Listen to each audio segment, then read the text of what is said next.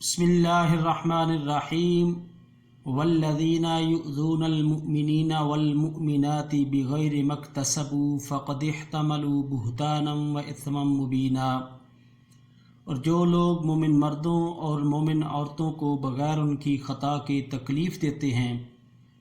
بے شک انہوں نے اپنے سر بہتان اور کھلے گناہ کا بوجھ لے لیا ہے۔ اس آیت پاک سے اللہ تبارک و تعالی نے کسی مسلمان بھائی بہن کو تکلیف دینا حرام قرار دیا ہے، یعنی کسی بھی عضو کے ساتھ کسی بھی طریقے سے کسی بھی راستے سے تکلیف دینا یہ حرام ہے۔ اسی پر میں آپ کے سامنے دو احادیث پاک پیش کرتا ہوں۔ حضرت ابو ذر غفاری رضی اللہ تعالی عنہ فرماتے ہیں، میں نے نبی آخر الزمان صلی اللہ علیہ وآلہ وسلم سے پوچھا، ای العمل افضل، کون سا عمل افضل ہے، بہتر ہے؟ تو نبی علیہ السلام نے فرمایا، ایمان باللہ و جہاد فی سبیلہ، اللہ تعالیٰ پر ایمان لانا اور اللہ تعالیٰ کے راستے میں فی سبیل اللہ جہاد کرنا۔ حضرت ابو ذر کہتے ہیں، میں نے پھر پوچھا، فای الرقاب افضل، کون سا غلام آزاد کروانا افضل ہے؟ تو نبی علیہ السلام نے فرمایا، اغلاہا ثمنا وانفسھا عند اہلھا، جو قیمت کے اعتبار سے مہنگا ہو اور اس کا مالک اسے محبت بھی رکھتا ہو، یعنی وہ مالک کے ہاں محبوب بھی ہو۔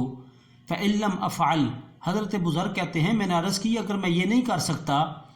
تو نبی علیہ السلام نے فرمایا، تعین ضایعا او تصنع لاحرق، ابو ذر اگر تو وہ نہیں کر سکتا تو پھر کسی کاریگر یا کسی مزدور، یعنی جو کاریگر نہیں ہے، اس کی مدد کر۔ تو نبی علیہ السلام سے عرض کرتے ہیں، فإن لم افعل، اگر میں یہ بھی نہیں کر سکتا،